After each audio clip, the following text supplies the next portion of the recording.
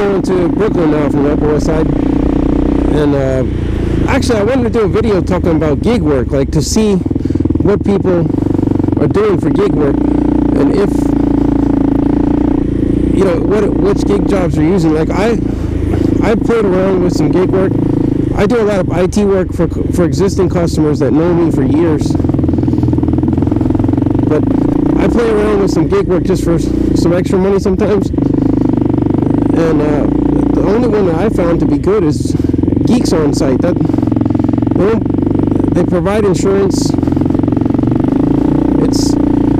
It's decent because a lot of these buildings in New York, they require liability insurance to get in, and they want one or 2 million liability.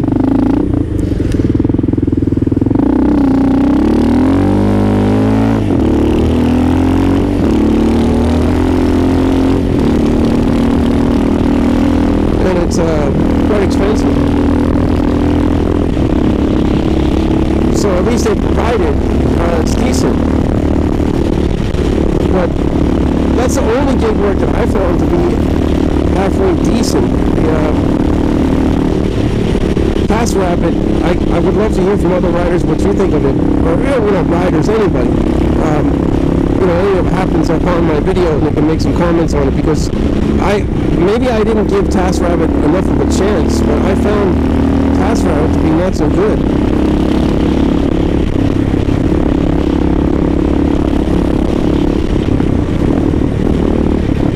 I found TaskRabbit to be horrible, actually.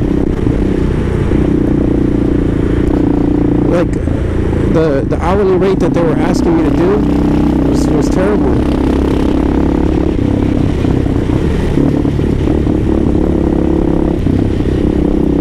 They were asking me to do like $17 an hour for IT work, and I was like, oh my god. And then they wanted $23 an hour for electrical work, which I'm a licensed electrician.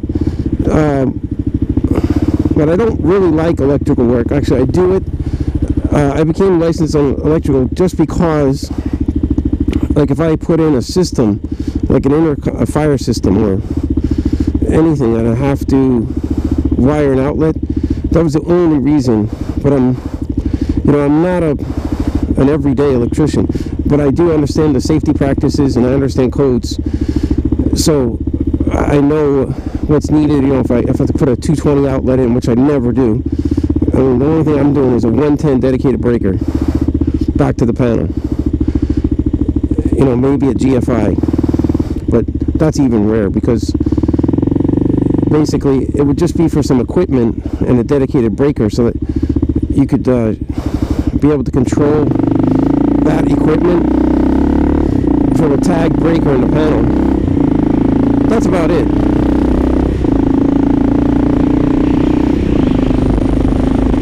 But nothing more than that.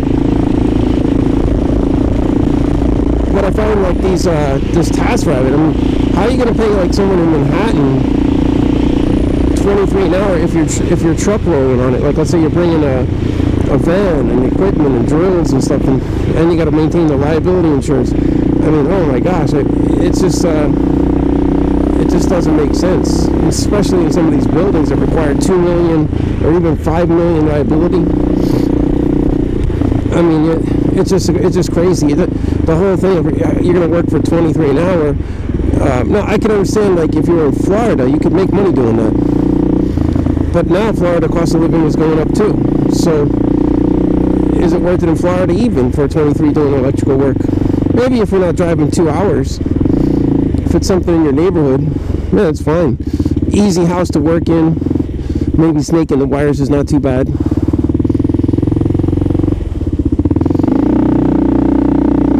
Maybe that's not too bad.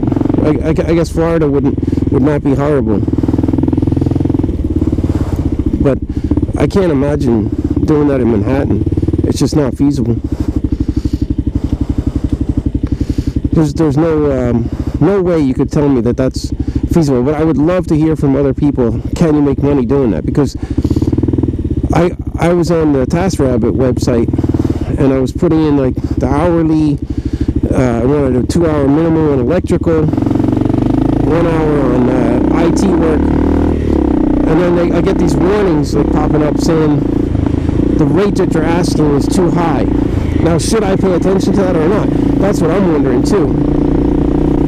Is their suggested rate really that bad if you go past it? I don't know TaskRabbit well enough to know, but I found it to be not profitable. Now, the one thing that's not profitable I haven't even played with it because, not that it's beneath me, I just never even thought to even deal with it. But I saw a guy on a Ninja 400 that had put a rack on the back and he was doing Grubhub. Is that worth it? I wonder. I don't see him anymore. He used to gas up in Harlem. I guess and as soon as the winter came, he was gone. Now, I don't know. He had like South Carolina plates on his bike, so I don't know if he was up here just for a little bit. But I don't think that's sustainable either. I see the guys with the electric bikes now. They've been getting robbed here in New York now, so it makes their work not even more difficult. Like when up in the Bronx, they get robbed when they go over to Third Avenue, Third Avenue Bridge or First Avenue coming over into Bronx. They've been robbed there numerous times, so they get their e-bike stolen and all that stuff. So I don't know. I can't really say.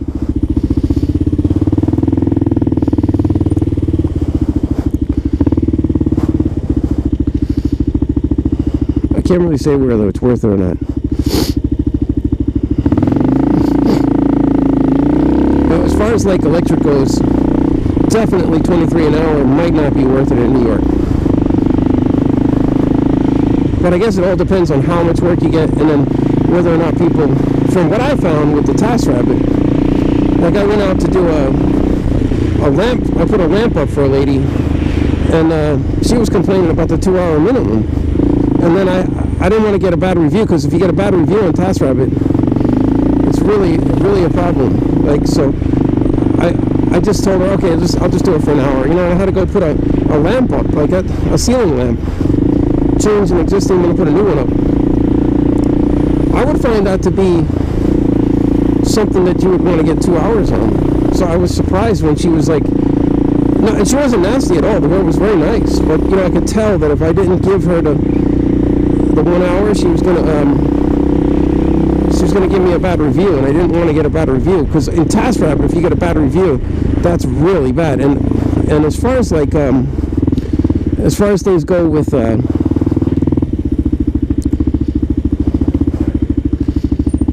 the situation with Geeks on Site, there's no issue if you get a review.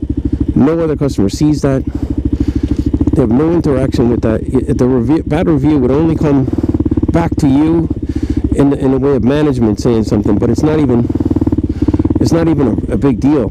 Like, not that you'd want to be doing that all the time, though. You don't want people to be saying that you're not a good technician, or that you're sloppy, or you leave a mess, or you're rude. Like, that wouldn't be good. But definitely from what I found, the Geeks on Site is the best. But the problem is that work during the pandemic dried up too. So is that worth it? I don't know.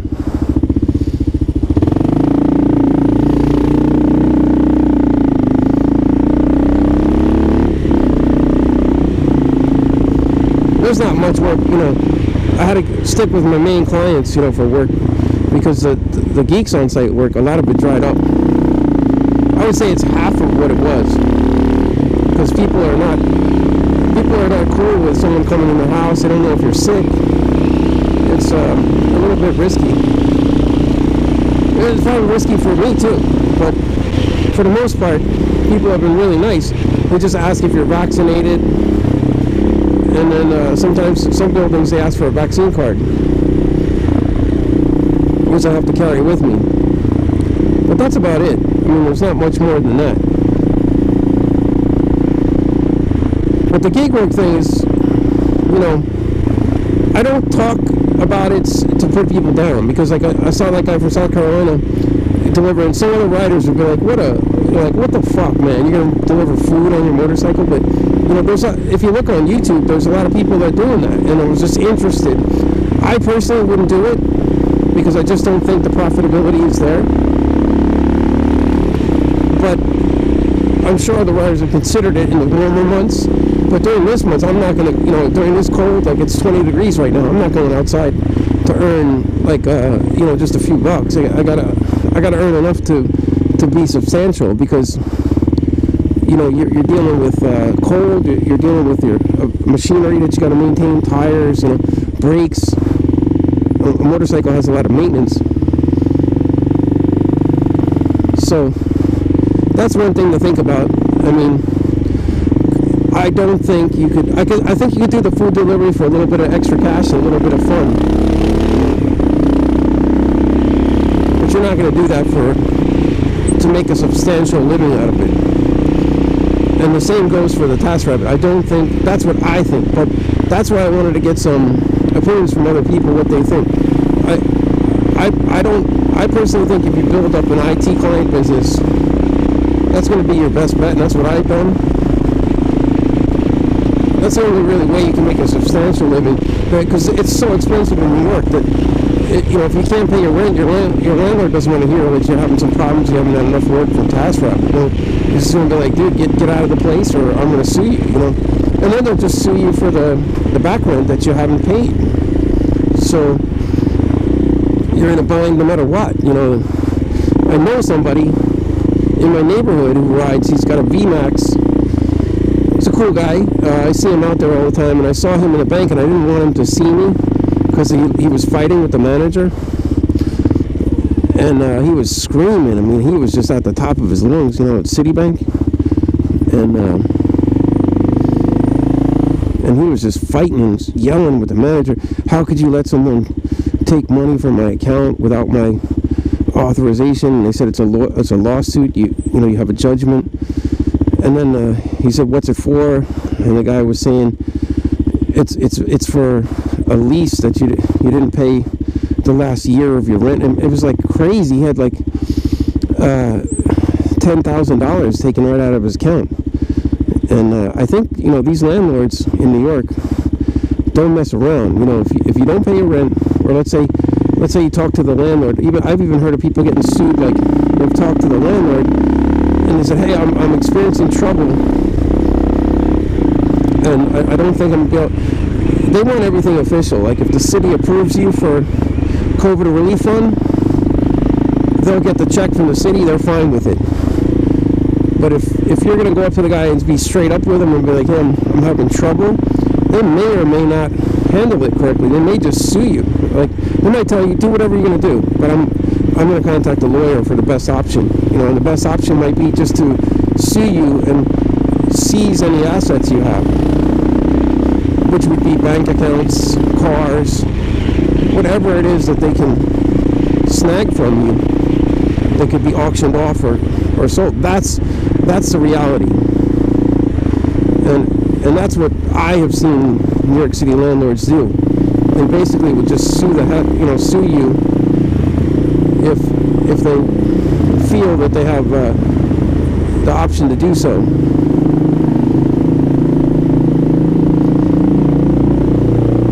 I didn't take it fast there because I noticed like now that it gets down to 20s, you got to be very careful like under these overpasses. Sometimes you'll see water dripping and it's collecting. And when I was going through the park last night, I noticed that. So this is the Brooklyn Battery Tunnel in Lower Manhattan. I took this only because I just don't want to mess around and burn over to Brooklyn, and it looked like the best option for me. So anyway, getting back to my point, I personally have not had to mess with the gig thing except for a little bit of fun. Like I love riding my KLR and my XR in the summertime, and I like to earn a little cash while I'm having fun. So my way of doing it was I could earn like an extra, 500, 1,000 a month, just going out a couple of nights a week to earn some gig work, for doing service calls on PCs, servers, cameras. like if someone's putting up a Ring camera or the Ring thing, I like it. I became Ring certified, so I took all the tests and everything, and I'm actually, I thought Ring was, since they're owned by Amazon, I thought these guys are going to be total scammers, they're just going to make you work for nothing. But actually I was quite surprised. Like, as a Ring authorized contractor, everything was fine.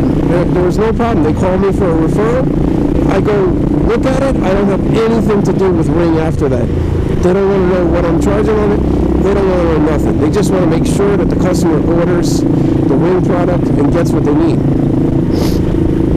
And that's it. That's all that they want. And I was very happy with that. I mean, so anyway, getting back, like, for me, like in the summertime, I don't really go out on night rides or fuck around in the city, but a lot of people like to go out, do meetups and stuff. And Thursday nights they meet up here, and Friday they meet here, Saturday night meet over here, and that's fun. I love that shit. But I just never got into it. I never got in the habit of it. So my way, like my neighbor even says, it's funny, he mentioned, like, he was like, if I got to ride with you, we got to go do some work. And I was like, yeah, that's, yeah, you got that right. Like, that's how I do it. Like, if I'm going out somewhere to do a ride, we'll be like, oh, yeah, maybe that's how it's got to be. Like, if we want to ride, I got to go do some work with you. And that's what I do. Like, in the summertime, even winter, like on a weekend, like if I want to do something, this is a Geeks Call that I'm going to right now. It's a 2-hour block. It's prepaid. The credit card's on file. Everything. I don't have to worry about nothing. And I'm secured to get payment, even if they don't, which is interesting. Like, even if this customer tries to back away and say I'm not paying shit, like, they still will pay me. So it's so good. It's perfect for New York because you get a lot of scammers here. So basically, this is good. Like to go out, you want to do a little ride on a Saturday night and earn $80 while you're at it. That's what I do. I'm not wealthy, and I have some extra cash when I need it. I'm certainly not a wealthy person. If I was a wealthy person, I wouldn't be doing that. I probably would be doing something else, like investing my money or something. But money doesn't really make you happy, though. I know